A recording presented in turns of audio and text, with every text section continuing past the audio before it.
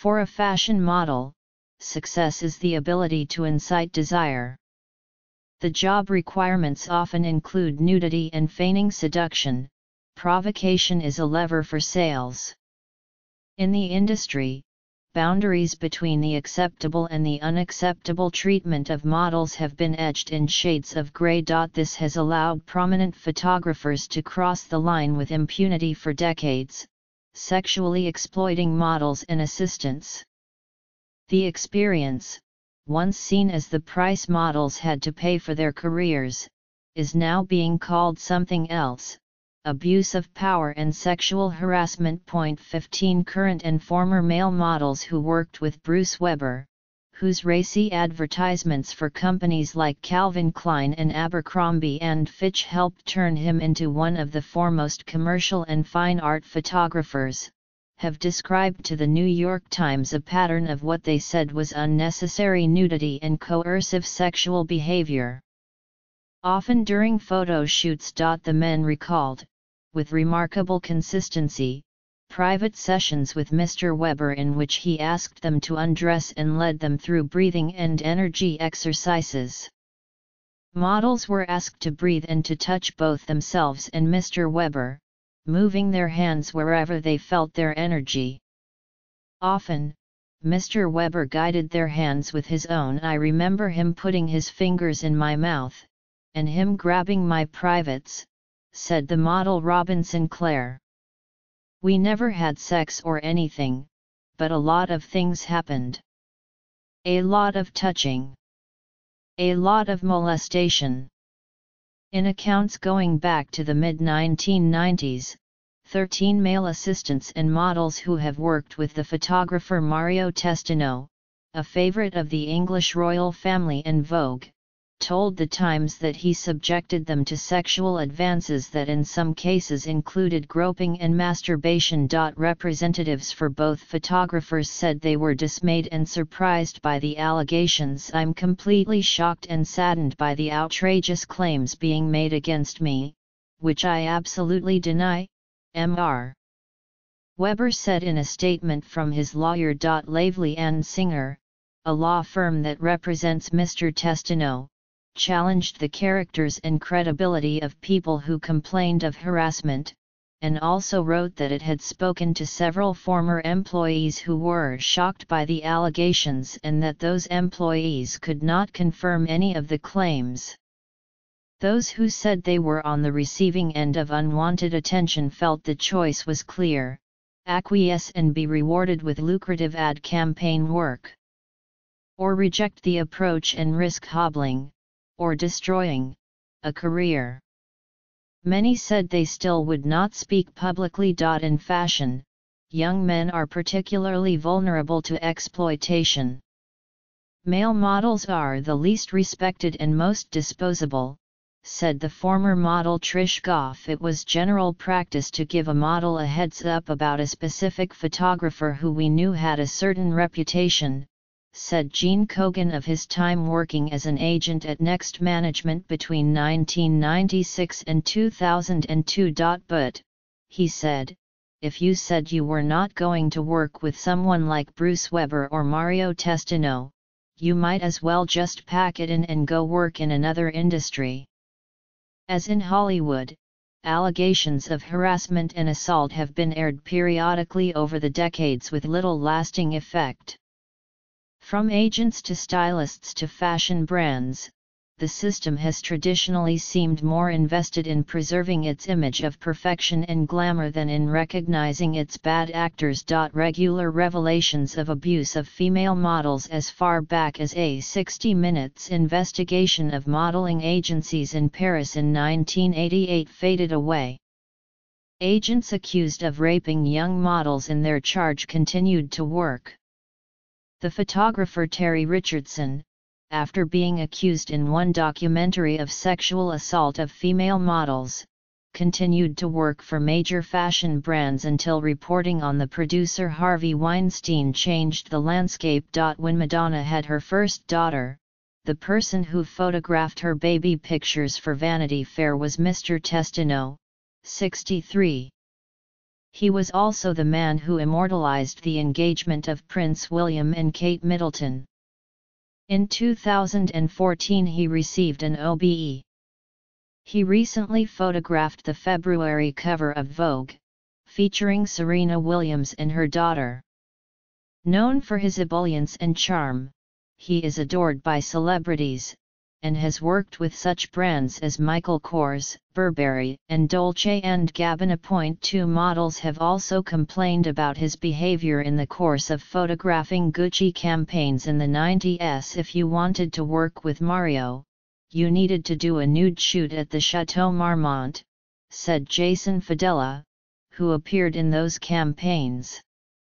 All the agents knew that this was the thing to excel or advance your career. The nude work bothered him less than what he believed were sexual come-ons. It was as if Mr. Testino were gauging which moves might work, Mr. Fadella said, whether it was a comment or a reach for the towel, and he definitely reached. He was a sexual predator, said Ryan Locke, who succeeded Mr. Fadella with Gucci.Mr. Locke said that when he told other models that he was going to meet Mr. Testino, everyone started making these jokes. They said he was notorious, and tighten your belt. The casting took place at Mr. Testino's hotel. Instead of greeting Mr. Locke in the lobby, Mr. Testino was in his room, where he opened the door in a loose robe, Mr. Locke said. Then they got into a stalemate about whether the model needed to go fully nude for test pictures. After Gucci hired Mr. Locke for an ad campaign, Mr. Testino was aggressive and flirtatious throughout, Mr. Locke said. On the last day of the shoot, as they were taking photographs on a bed, Mr. Testino said, "I don't think he's feeling it." "Everybody out," Mr. Locke recalled. "He shuts the door and locks it. Then he crawls on the bed, climbs on top of me and says, 'I'm the girl, you're the boy.' I went at him, like, 'You better get away.' I threw the towel on him, put my clothes on and walked out," Mr. Locke said. Tom Ford, then the designer for Gucci, said he had not been present and could not know what happened. He said he was sympathetic to anyone who had been harassed, but also cautioned that if a photographer needs a shot of a model's face on a bed, there are very few angles to get it from. Former assistants said that Mr. Testino had a pattern of hiring young, usually heterosexual men and subjecting them to increasingly aggressive advances. Hugo Tillman was not long out of Occidental College when he started freelancing as a photo assistant for Mr. Testino in 1996. Mr. Testino took him and his mother to lunch and told them he wanted to mentor him. "I really liked him, I really looked up to him," Mr. Tillman said. He moved to Paris and began working full-time as Mr. Testino's fourth assistant, and was soon promoted to third. "It seemed like what Robert Altman would show, a fantasy of fashion. But," he said, "I was often made to feel uncomfortable on shoots, asked to massage Mario in front of other assistants, models, and fashion editors." One night after a dinner, Mr. Tillman said the photographer grabbed him on the street and tried to kiss him. A few weeks later, while on a business trip, Mr. Tillman met Mr. Testino in his hotel room. Mr. Testino demanded that the assistant roll him a joint, then threw him down on a bed, climbed on top of him and pinned down his arms, Mr. Tillman said. Mr. Testino's brother came into the room and made the photographer get off Mr. Tillman. Lawyers for Mr. Testino said Mr. Testino's brother is adamant that no such incident ever took place. Mr. Tillman's former girlfriend confirmed in an interview that he relayed this story to her at the time. He also submitted testimony regarding the experience to the New York City Commission on Human Rights last December. "I was scared," he said of the hotel room experience. "I didn't know what was going to happen. Mr. Tillman quit the next weekend, and is now a fine art photographer, who has been exhibited at the National Portrait Gallery in London and the Shanghai Biennale. Tabor, a model who worked with Mr. Testino for much of the late 90s and early 2000s, he used only his first name professionally, described Mr. Testino as a friend until he stuck his hand down the back of Tabor's pants, and showed up at his hotel room asking for sex. He was a mentor who took it a step too far. He said sexual harassment was a constant reality, said Roman Barrett, an assistant to Mr. Testino in the late 90s, who said the photographer rubbed up against his leg with an erection and masturbated in front of him. He misbehaved in hotel rooms, the backs of cars and on first-class flights, he said. Then things would go back to normal, and that made you feel gaslight. Another assistant to Mr. Testino, a decade later, said he had his pants pulled down and buttocks fondled while on the job. Yet another said that Mr. Testino masturbated on him during a business trip. Both were granted anonymity because they feared career repercussions. Even those who worked for Mr. Testino without experiencing the most direct harassment were affected. I saw him with his hands down people's pants at least 10 times, said Thomas Hargreave, a shoot producer who worked frequently with Mr. Testino between 2008 and 2016. Mario behaved often as if it was all a big joke. But it wasn't funny.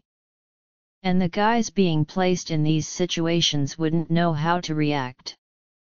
They would look at me, like, what's going on? How do I deal with this? It was terrible.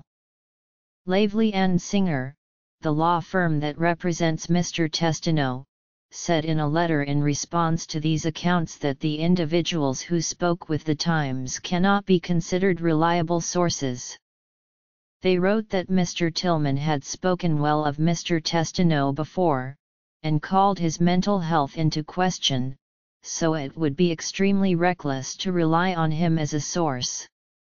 Regarding Mr. Fidela, who complained about private nude shoots, Mr. Testino's lawyers said that the model had been photographed nude by others and had posted a nude picture of himself, taken by Herb Ritz, to Instagram in 2015.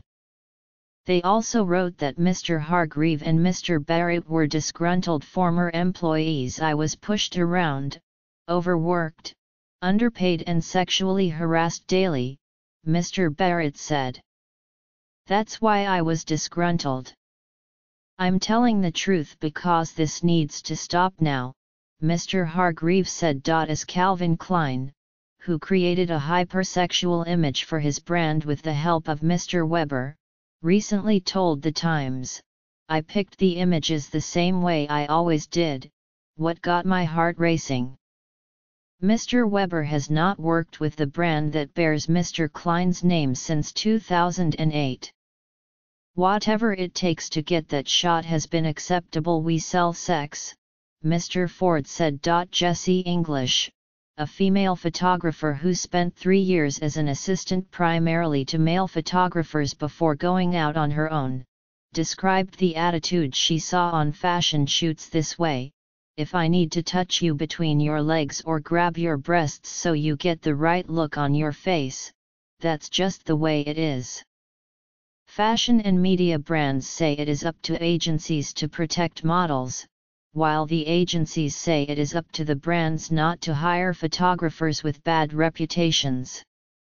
For their part, the photographers say they do what they do to get the best picture, which is what the clients want. And no union exists for models, whose youth and eagerness for a measure of stardom make them disinclined to complain. Models are not educated about what is or is not acceptable behavior, and often don't even have the vocabulary to express their experiences, said Edward Siddons, a model-turned-journalist. Male models are paid much less and they do not become icons, because the culture is about objectifying women to sell things, and people are deeply uncomfortable with that happening to men. Mr. Ford said, I knew that if people didn't want to have sex with you and people didn't find you beautiful, you weren't much inspiration, Tabor said. The models that got jobs are the ones stylists and photographers are into. I also wanted people to like me, especially the most powerful people in the business. I would almost get offended if they didn't want to have sex with me. That's how I got groomed. That's how it worked in my mind. Advances often take place in casting sessions and private photo shoots, Mr. Fidela said, reflecting partly on his experience with Mr. Testino. Those are the pivot points for photographers to test the waters on whether or not it's going to be a challenge for them to get to you, he said. Because if you do get the job, the majority of the time you're not naked and you're not in a swimsuit. So what's really happening is that these guys are gauging whether you're open or shy or close-minded or, quite frankly, whether you're gay or hetero and willing either to flirt with them or to submit to an advance. Since the 1970s, Mr. Weber, 71, has been one of the most important commercial and fine art photographers. His name has become synonymous with erotically charged depictions of good-looking young men, The Times wrote in 1999. In 2005, he photographed the model Robin Sinclair for Ralph Lauren. They worked together on numerous other jobs.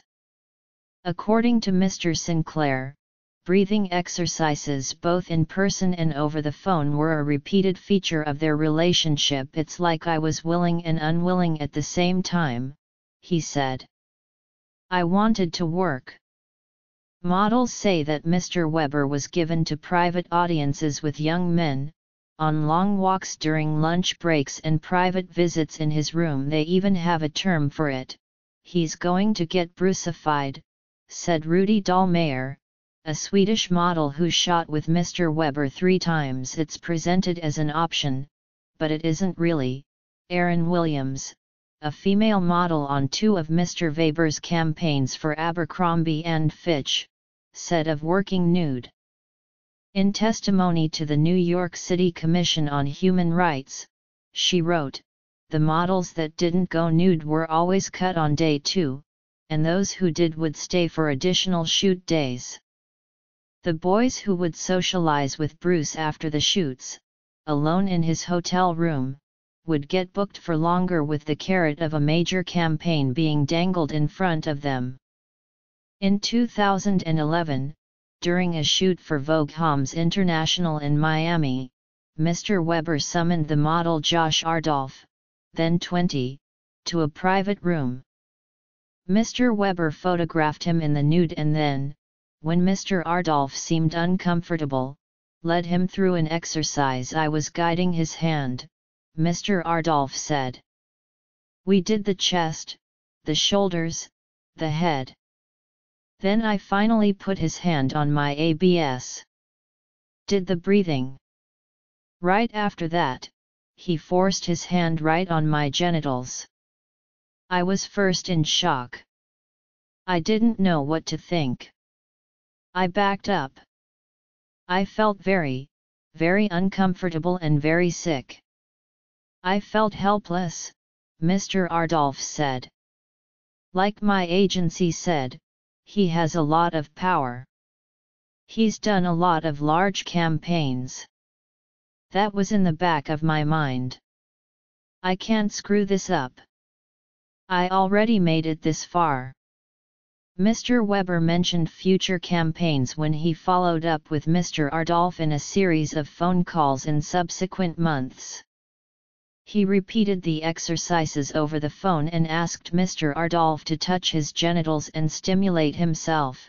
Mr. Ardolph said, the first thing I was told about Bruce was that he puts people in really precarious situations, said Taryn Wood, a model who shot several ad campaigns with Mr. Weber between 2007 and 2010. His first job was for Rule, a now defunct Abercrombie brand, when he was summoned alone to Mr. Weber's hotel room. Mr.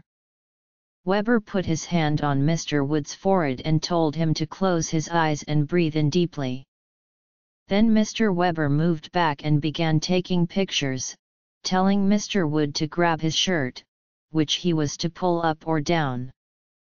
From there, Mr. Weber instructed him to do the same thing with his shorts. After going as high as Steve Urkel, the only option was down, Mr. Wood said. Eventually, Mr. Wood's genitals were displayed, with Mr. Weber continuing to photograph him. It unfolded slowly, Mr. Wood said.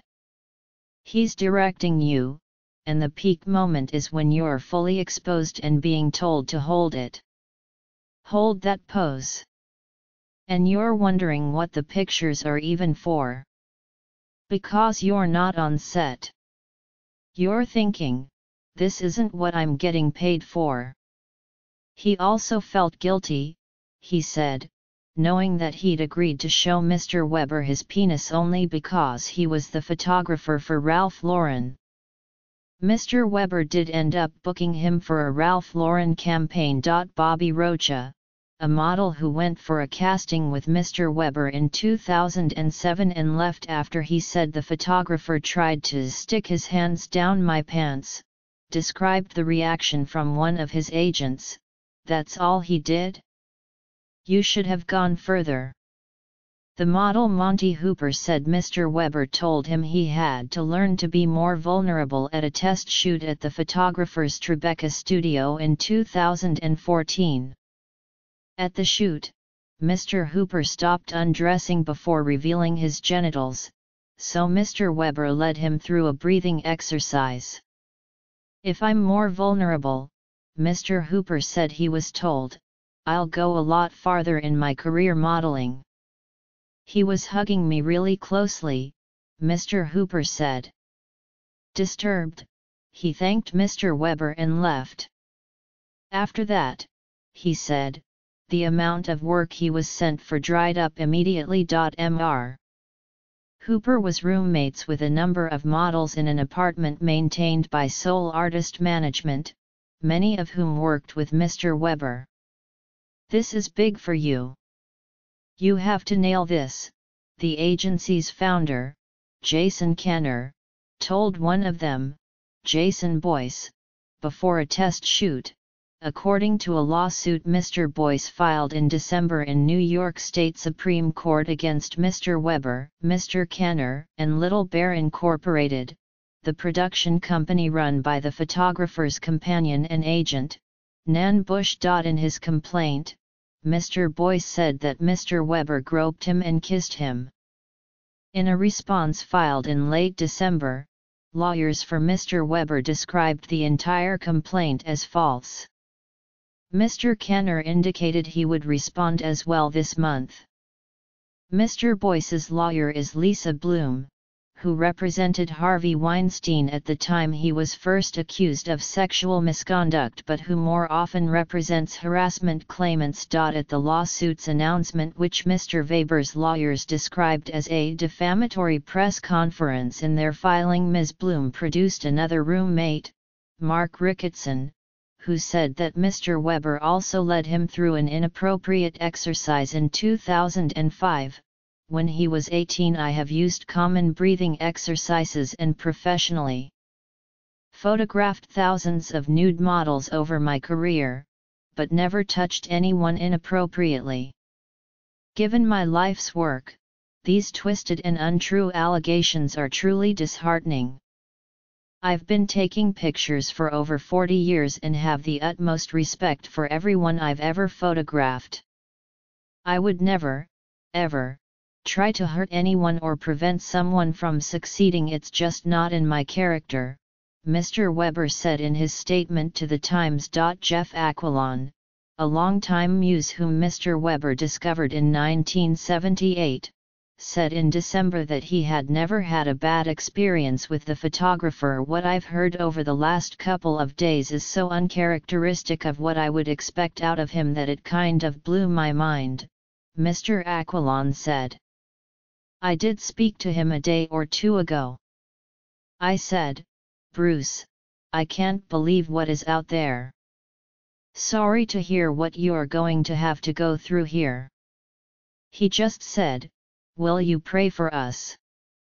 I said I definitely would.